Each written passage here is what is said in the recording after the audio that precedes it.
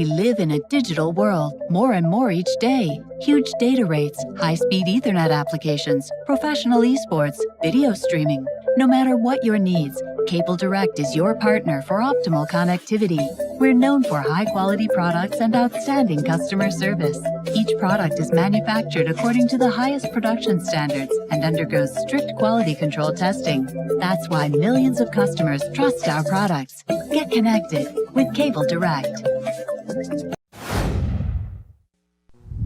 Maria here with another FosPower tech tip video.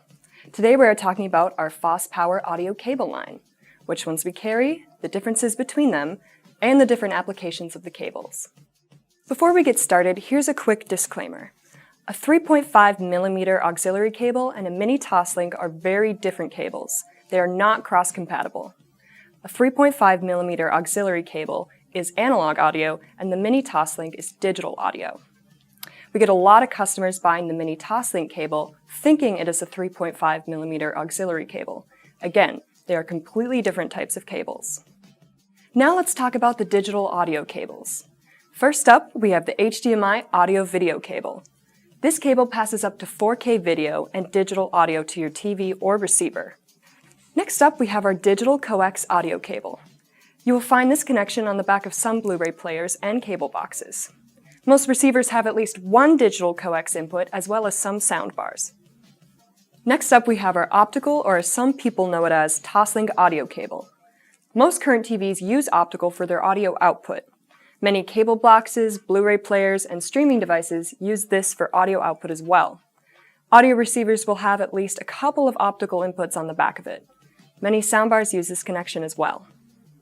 Lastly, we have optical toslink to male mini toslink audio cables.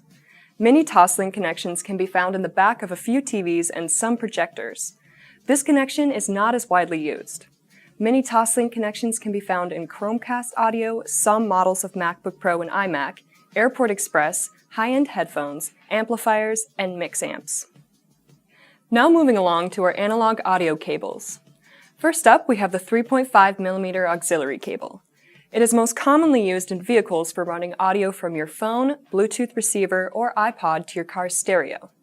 This cable is also used by folks who preferred wired headphones rather than wireless. We also offered 3.5 female to 3.5 male and 3.5 female to 1/4-inch male adapters that can be used in conjunction with these cables. For our final analog audio cable, we have the left and right RCA cable. This cable is used for running left and right audio to and from your TV. You can also find these connections on the back of audio receivers, cable boxes, DVDs, CD players, and some older Blu-ray players.